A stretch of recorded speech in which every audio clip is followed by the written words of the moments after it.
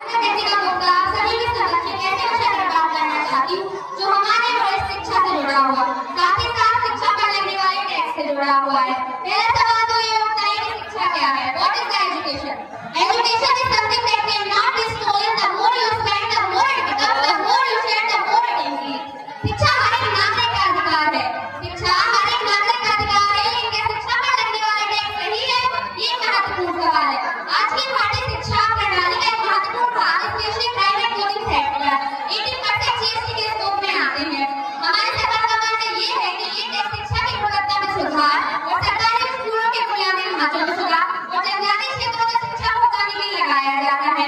क्या ये सही है?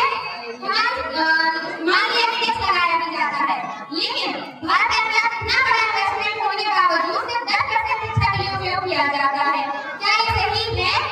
ये महत्वपूर्ण सवाल है। शिक्षा कोई लग्जरी नहीं, राष्ट्र निर्माण की नींव है। शिक्षा कोई लग्जरी नहीं, राष्ट्र निर्माण की नींव है। हमें एक ऐसी टैक्स प्रणाली की ओर बढ़ना है जो शिक्षा को सुलभ बनाए, ना कि टैक्स के दायरे में लाकर मुश्किल।